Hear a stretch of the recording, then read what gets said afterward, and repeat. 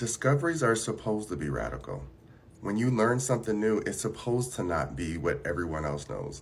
When you're finding new discoveries in the world or testing out new theories, it's supposed to not make sense to conventional science or the things that people have in place. Remember, don't let people convince you that just because they have a lot of big words or they know how to structure words logically in a way that makes sense, that that's the only answer. The whole point of research and trying and just being open to new things. Listen, there's always going to be something conventional where there is a base root answer. It's just quantifiable because it's been there for so long that we can study it and give it a name and give it answers and say, this is why this does this and this is why this does this, while we yet still discover new things all the time. All the time.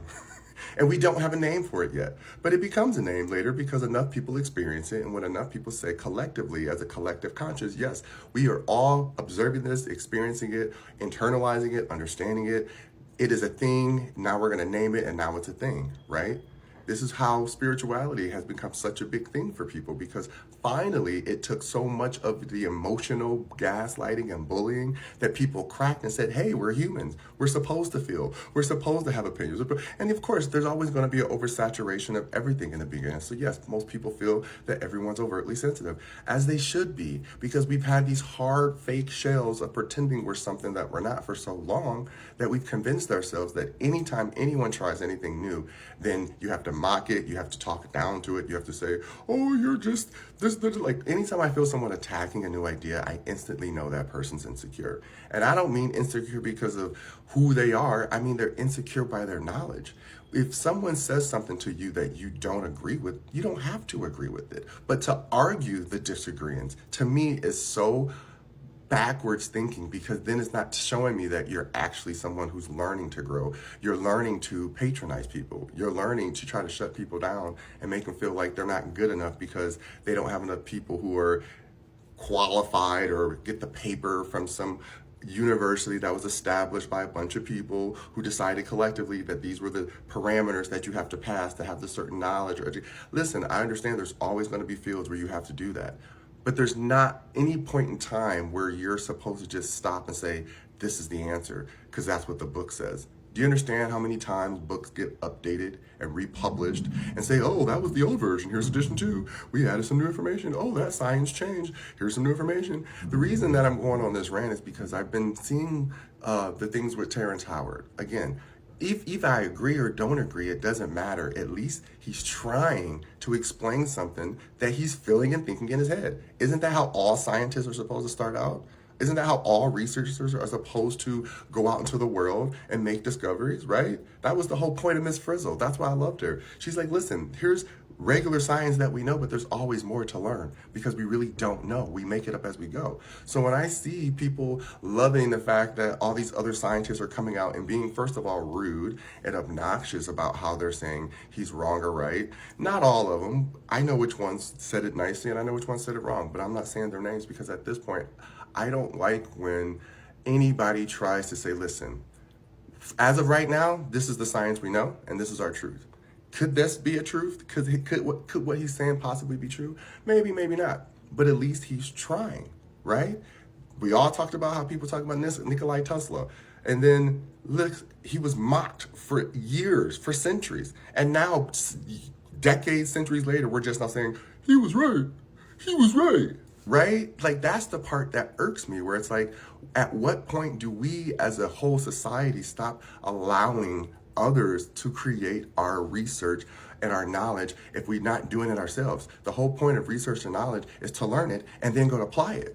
You don't just read it just to read it for reading's sake and then say, that's the truth. How do you know? You're not trying, you're not applying it to anything. And this is my belief. A lot of people don't like that. They say, well, I can read this and understand and do. That's fine. But when it still comes back to, when I talk about masculine and feminine energy, you can have all the knowledge in the world, but if you're not out here giving lectures or re-education or rewriting your own theories that other people can go out there and say if you're right or wrong, right? So that you're putting your masculine energy out there so it's able to come back and receive to say, hey, maybe I don't know everything I do know, or maybe what I know so far is correct.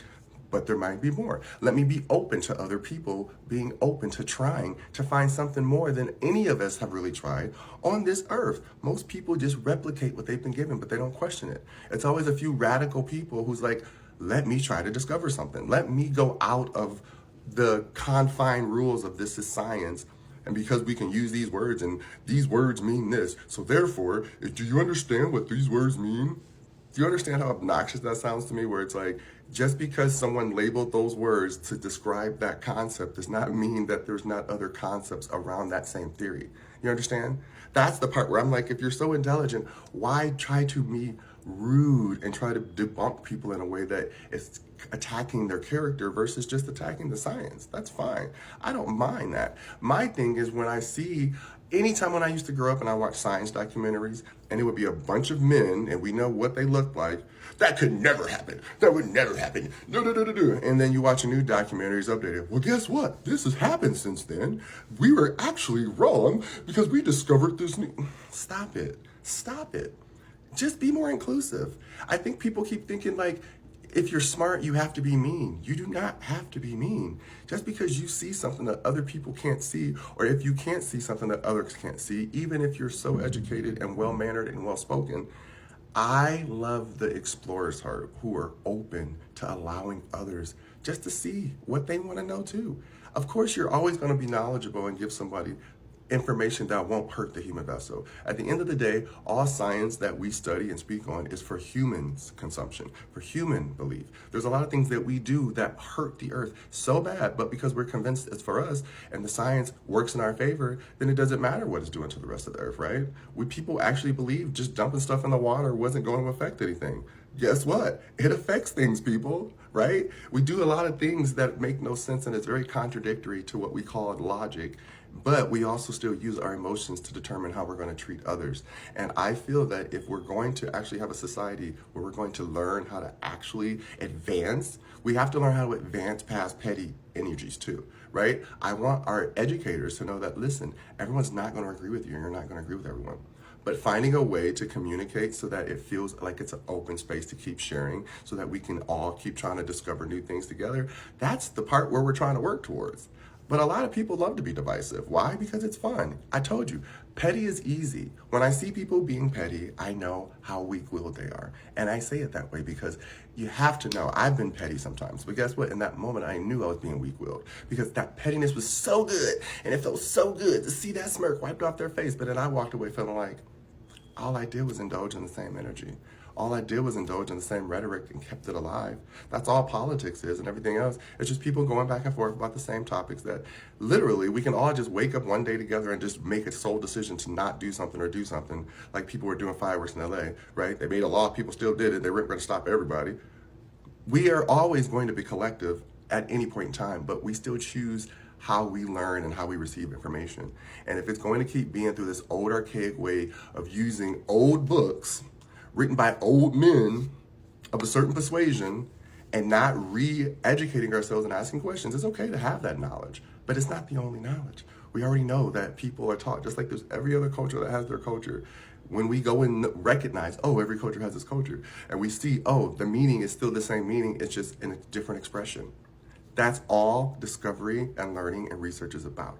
So, if you want to be a negative Nancy and jump on the bandwagon of attacking everybody who's trying to be different and learn something new, do so. But if you're going to do it, at least be a little more eloquent with your speech. You don't have to be so rude about it because it's really not that serious. Anyways, that's just my rant. Hope it makes sense. Love ya.